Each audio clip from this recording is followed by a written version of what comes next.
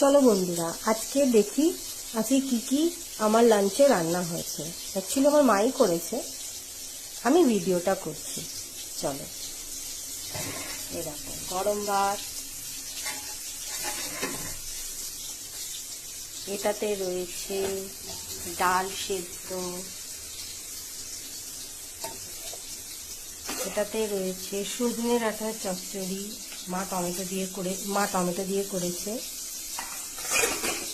এইটাতে রয়েছে এঁচোড়ের তরকারি, আর গ্যাসের মধ্যে আমি করছি এই যে মাছ ভাজা।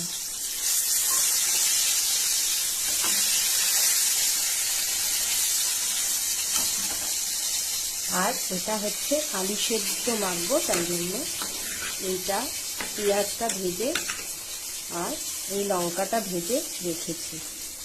তো বন্ধুরা, কেমন লাগলো আমাকে একটু জানিও, আমার চ্যানেলটাকে একটু